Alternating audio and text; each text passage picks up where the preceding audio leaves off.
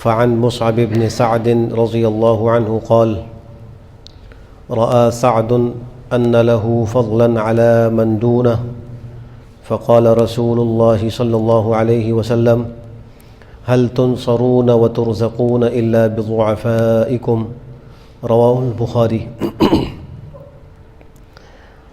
حضرت مصعب بن سعد رضی اللہ تعالی عنہ سے روایت ہے کہ میرے والد حضرت سعد رضی اللہ تعالی عنہ کو اللہ تعالی نے جو خاص صلاحیتیں بخشی تھیں، مثلاً شجاعت، سخاوت، فہم و فراست وغیرہ، ان کی وجہ سے ان کا کچھ خیال تھا کہ جو غریب اور کمزور قسم کے مسلمان ان چیزوں میں ان سے کمتر ہیں، وہ ان کے مقابلے میں فضیلت اور برتری رکھتے ہیں۔ بس رسول اللہ صلی اللہ علیہ وسلم نے ان کے اس خیال اور حال کی اصلاح کے لیے فرمایا کہ اللہ تعالیٰ کی طرف سے تم لوگوں کی جو مدد ہوتی ہے اور تم کو جو نعمتیں ملتی ہیں،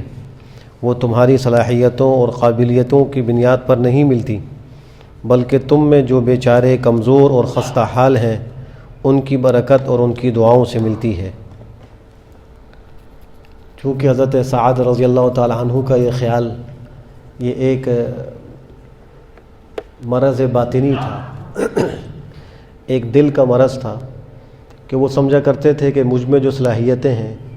اور جو خوبیاں ہیں وہ اوروں کے اندر جن میں نہیں ہے میں ان سے بہتر ہوں۔ تو آپ نے اس کی فوراً اصلاح فرمائی کہ تم کو جو کچھ بھی ملتا ہے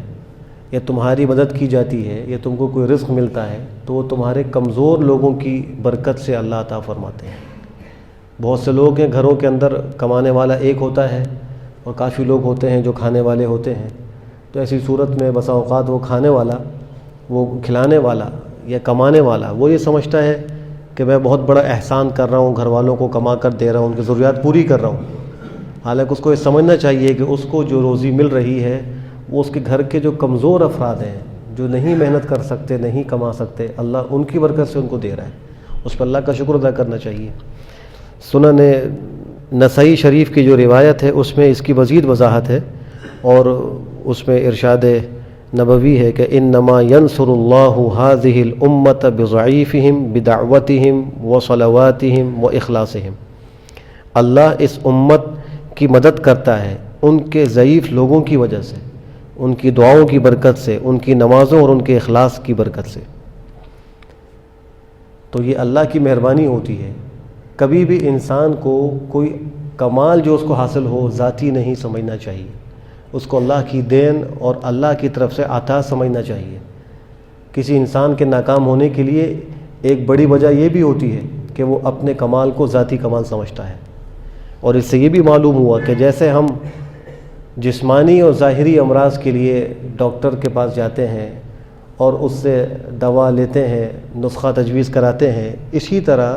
جو ہماری باطنی بیماریاں ہیں ان کے لیے بھی اللہ والوں کے پاس جا کر اس کی اصلاح کی ضرورت ہوتی ہے۔ انسان اپنے خیالات بتلائے کہ میں اپنے اندر تکبر محسوس کرتا ہوں، یہ مجھے غصہ زیادہ آتا ہے، یہ مجھے برے خیالات زیادہ آتے ہیں، یہ ایک باطنی بیماریاں ہیں، ان کی اصلاح جو روحانی ڈاکٹر یا اہل اللہ ہوتے ہیں وہ کرتے ہیں، ان کی صحبت میں بھی جانا بہت ضروری ہے۔ ایک حدیث میں آپ نے فرمایا کہ اذا نظر احدکم الى من فضل علیہ فی المال والخلق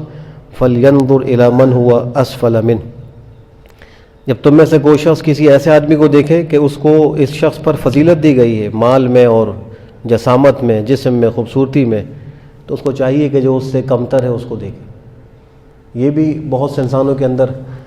دوسروں کا مال دیکھ کر یا دوسروں کی نعمتیں دیکھ کر کبھی کبھی احساس پیدا ہوتا ہے کہ میں تو بہت کمزور ہوں اور یہ بہت اعلیٰ ہے اور اس کو بہت کچھ ملا ہوا ہے اور مجھے تو اتنا کچھ نہیں ملا ہوا، تو دل کے اندر ایک احساس کمتری پیدا ہوتا ہے، یہ حرص اور طمع اور آگے بڑھنے کی فکر پیدا ہوتی ہے، تو یہ بھی ایک باطنی بیماری ہے۔ اس حدیث میں اس کا علاج ذکر فرمایا، اور وہ علاج یہ ہے کہ انسان کو چاہیے دنیا کے معاملات میں، مال و دولت کے معاملات میں یا صحت کے معاملات میں اپنے سے کمتر لوگوں کو دیکھیں، نیچے والوں کو دیکھیں، اپنے سے اعلیٰ اوپر والوں کو نہ دیکھیں۔ اگر اوپر والوں کو دیکھے گا تو اس کے دل کے اندر بھی مسابقت کا جذبہ پیدا ہوگا کہ میں اس سے آگے بڑھ جاؤں، لیکن جب اپنے سے کمتر کو دیکھے گا، چھوٹے لوگوں کو دیکھے گا، تو اس کو صبر حاصل ہوگا، اس کو شکر حاصل ہوگا، اس کو اللہ کی نعمتوں کا استحضار حاصل ہوگا کہ اللہ نے تو مجھے یہ کچھ دیا ہوا ہے اور ان کے پاس تو یہ بھی نہیں ہے۔ شیخ سعدی رحمہ اللہ کے بارے میں آتا ہے، ایک دفعہ وہ باہر نکلے تو ان کے پیر میں جوتا نہیں تھا، تو دل میں ایک شکایت پیدا ہو رہی تھی کہ آج ایسا وقت آیا ہے کہ میرے پیروں میں جوتا نہیں ہے۔ تو کہتے ہیں میں باہر نکلا، میں نے ایک آدمی کو دیکھا کہ وہ لیٹا ہوا تھا، اس کے پیر نہیں تھے۔ میں نے اللہ کا شکر ادا کہ اللہ میرے پیر تو سلامت ہیں، جوتا نہیں ہے تو کیا ہوا۔ تو اپنے سے کمتر کو جب دیکھیں گے تو پھر نعمتوں پر شکر کی توفیق حاصل ہوگی۔ برخلاف دین کا معاملہ، اس کے اندر حکم یہ ہے کہ اپنے سے بہتر کو دیکھا جائے، یعنی جو زیادہ دین کا اہتمام کر رہا ہے، زیادہ اللہ کے احکام پر عمل کر رہا ہے، زیادہ عبادات کر رہا ہے، گناہ سے زیادہ بچنے کا اہتمام کر رہا ہے، اس میں تقوی زیادہ ہے،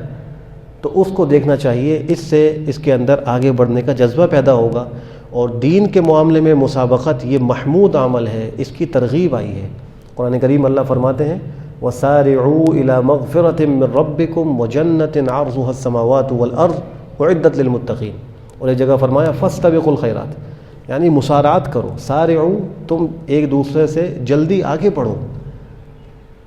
اپنے پروردگار کی مغفرت کی طرف اور جنت کی طرف، جس کو اللہ نے متقین کے لیے تیار کیا ہے۔ اور فاستبقوا الخیرات، نیکی کے کاموں میں ایک دوسرے سے آگے بڑھو۔ صحابہ کرام میں یہی جذبات تھے کہ وہ دنیا کے معاملے میں اپنے سے بہتر لوگوں کو نہیں دیکھتے تھے، دین کے معاملے میں اپنے سے بہتر کو دیکھ کر اس سے آگے نکلنے کی کوشش کرتے۔ ایک روایت میں آتا ہے کہ کچھ صحابہ آپ کی خدمت میں حاضر ہوئے اور آ کر عرض کیا کہ ہمارے پاس تو مال نہیں ہے، لیکن مال والے تو ہم سے آگے نکل گئے، اس لیے کہ وہ ان مالوں کو اللہ کے راستے میں خرچ کرتے ہیں، ان کو ثواب ملتا ہے، ہمارے پاس مال نہیں، ہم اس ثواب سے محروم ہیں۔ تو دل میں یہ خیال پیدا نہیں ہو رہا ہے کہ ان کے پاس مال زیادہ ہے، ہمیں زیادہ مال مل جائے تاکہ ہم بڑے مالدار ہو جائیں، بڑے زمیندار ہو جائیں، یہ خیال نہیں آ رہا ہے۔ یہ خیال آ رہا ہے کہ وہ اس مال کو اللہ کے احکام کے مطابق خرچ کر کے زیادہ ثواب حاصل کر رہے ہیں اور ہم وہ ثواب حاصل نہیں کر پاتے۔ آپ نے ان کو کچھ اذکار بتلا دیے، تم یہ تسبیحات پڑھ لیا کرو، تو جو شخص جس نے تسبیح نہ پڑھی ہوگی وہ عمل میں تمہاری برابری نہیں کر سکے گا، اور جو یہ تسبیح پڑھ لے گا تو پھر تو وہ تمہارے برابر ہوگا، اس کو بھی وہی ثواب ملے گا۔ یہ بڑے خوش خوش چلے گئے اور جا کے انہیں وہ اذکار پڑھنے شروع کر دی، چلو اب ہمیں ثواب زیادہ مل جائے گا۔ جو اصحاب الاموال تھے ان کو اس کی اطلاع ملی، انہوں نے بھی یہ سلسلہ شروع کر دیا، ان تسبیحات کو پڑھنا شروع کر دیا، پھر آ گئے، آ کر عرض کیا کہ یہ تو تسبیحات وہ لوگ بھی پڑھنا شروع ہو گئے، ہم پھر پیچھے رہ گئے۔ تو فرمایا ذالک فضل اللہ یؤتیہ من یشاء، یہ اللہ کا فضل ہے۔ تو صحابہ کرام میں یہ مسابقت فی الدین کا جذبہ تھا، اور آج بہت سے لوگوں میں مسابقت فی الدنیا کا جذبہ آ گیا۔ اس کی اصلاح کی ضرورت ہے۔ اللہ سبحانہ و تعالی ہم سب کو بہتر عمل کی توفیق نصیب فرمائے۔ الحمد للہ رب العالمین، یا رب لک الحمد کما ربنا